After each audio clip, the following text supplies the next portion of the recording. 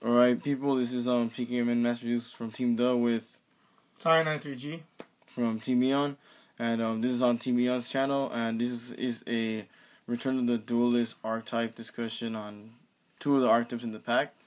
One of them will be on Madolche's, and this one will be on TeemTHE's channel. And if you want to see that, click the link right now that's going to be on the annotation.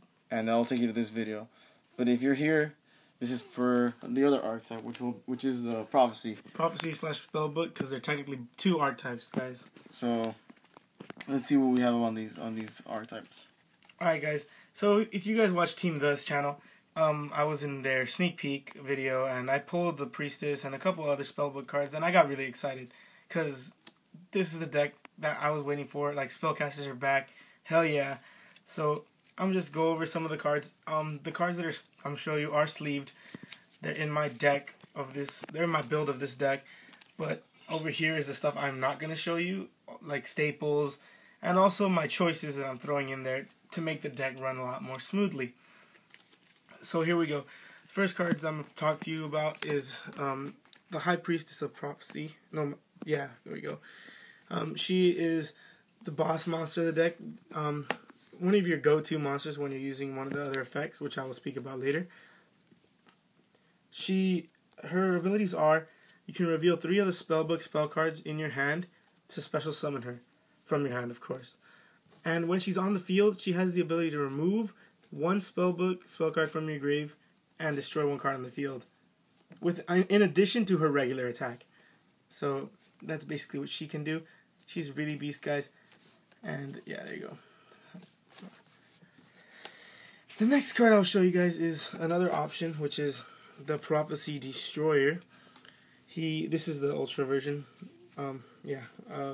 Prophecy Destroyer is he's a level 6, so he's not really too great for the 7 engine of the deck, but his ability is to basically bring himself back when he's sitting in the graveyard. As long as you have 3 spellbooks in grave, you remove those, and you get to special summon him. So I guess you just kind of have to choose whether or not you're going to use him or when you're going to use him. So yeah, Prophecy Destroyer, guys. The next card is the card I was telling you guys about on how to bring out those monsters. Really fairly simple. So Temperance of Prophecy, guys. This girl's ability is, yes, it is a girl. She can special summon anything that's any spellcaster or monster of 5 and above. Light and dark. Is it light or dark? Okay, my bad. Light or dark. As long as you activated a Spellbook spell card throughout that turn. So if you activate a spell card like main phase 1 and you decide to use this effect in main phase 2, when the card was not on the field when you activated the Spellbook spell card, it still works, guys. So yeah, this is one of your go-to monsters to bring out your boss monsters, basically. Alright, the next card I will show you guys is the Spellbook Magician of Prophecy. So what he does is, when he's normal summoned or flip face up in any way, add 1 Spellbook spell card to your hand.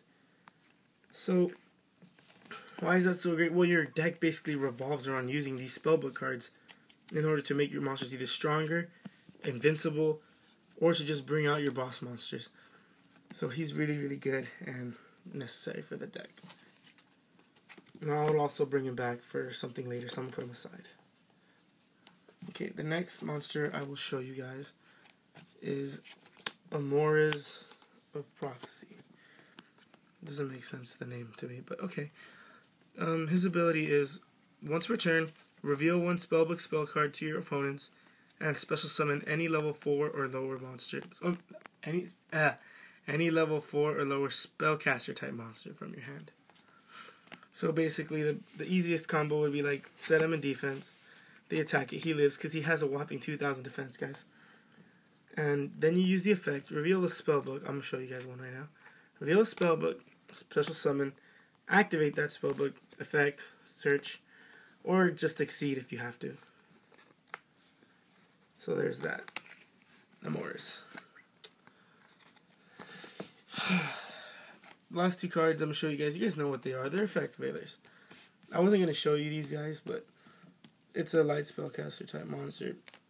that negates effects. So it's useful, and if you have to, you can synchro with it, with a Morez or with one of your boss monsters to make an 8 or to make a 7, which will be brought back later on. So putting those aside right there.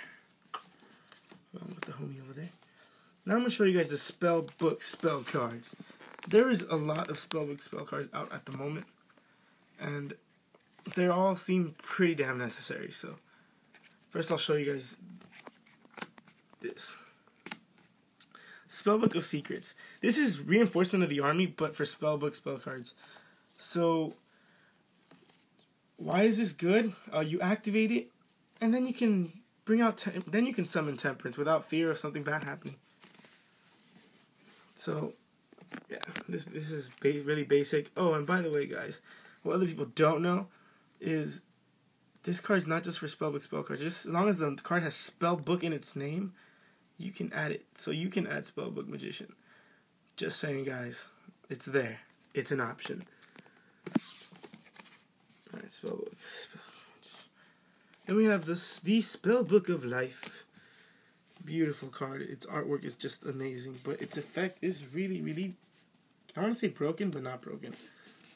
So what this thing does is you reveal a Spellbook spell card from your hand, and then you remove a spellcaster monster from your grave. Special summon, then you target another one in your grave and you special summon it. The one that you special summon gains the level of the one you removed. So let's say you have Prophecy Destroyer on the field. You activate Spellbook of Life.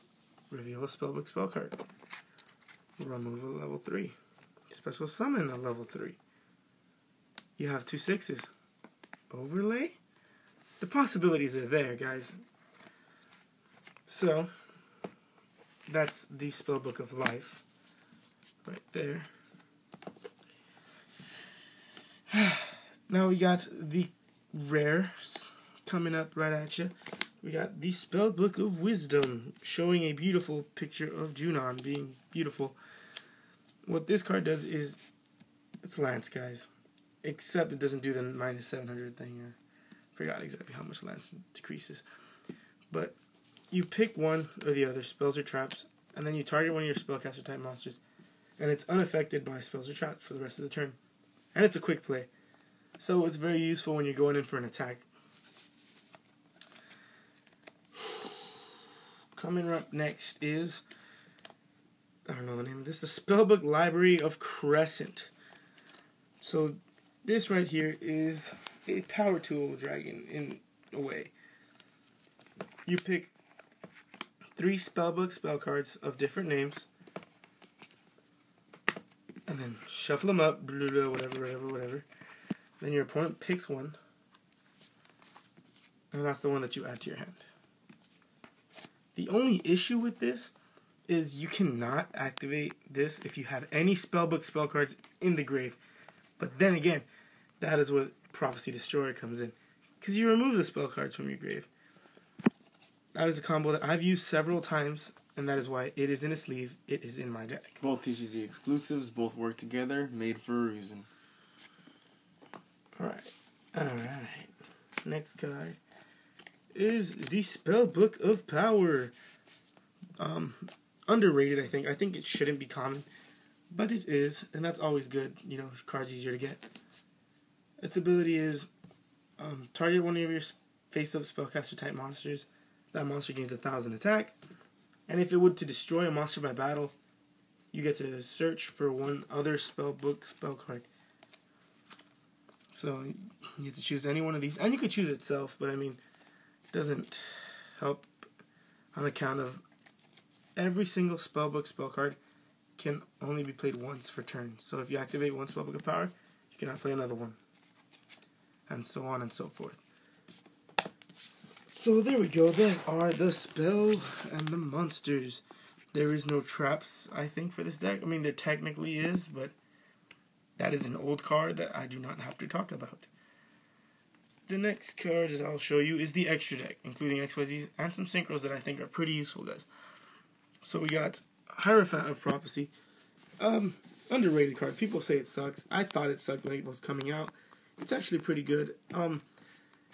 You have a Junon on the field. You summon the other one, and what happened to the flash right now? I do not know. What happened? Flash got disabled.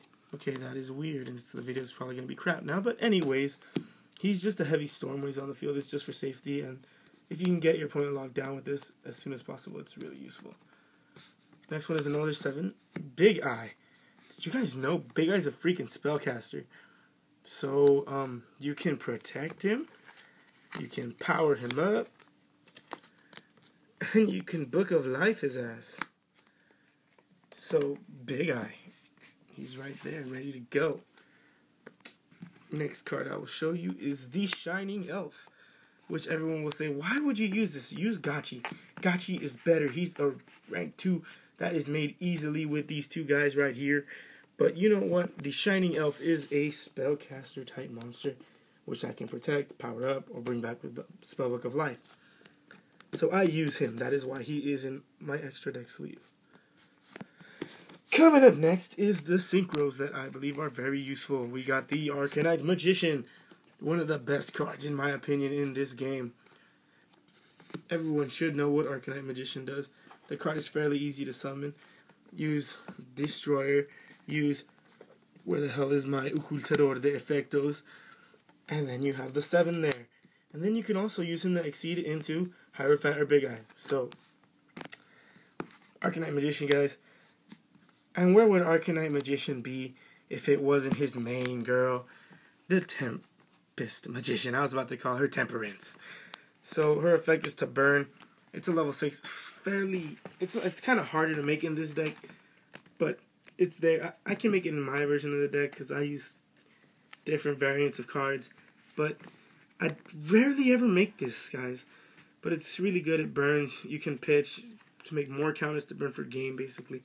And Master Juice today was showing the rest of my deck, which if you guys want, I'll profile it, but it's what I'll be hopefully running at the regional if I decide to go. But this is the deck I for sure will be running for this format. And please don't wait for the next pack to come out. This deck is here. It is very much playable. And don't know what else to say except for that Junon is freaking sexy, guys. Don't know why she's worth $40. But anyways, guys, the link for the Madolche video will be also in the description below. And it might also pop up in an annotation right here. I guess I'll just leave you guys at that. Sire93G with TeemTHE on 1. Peace out, guys.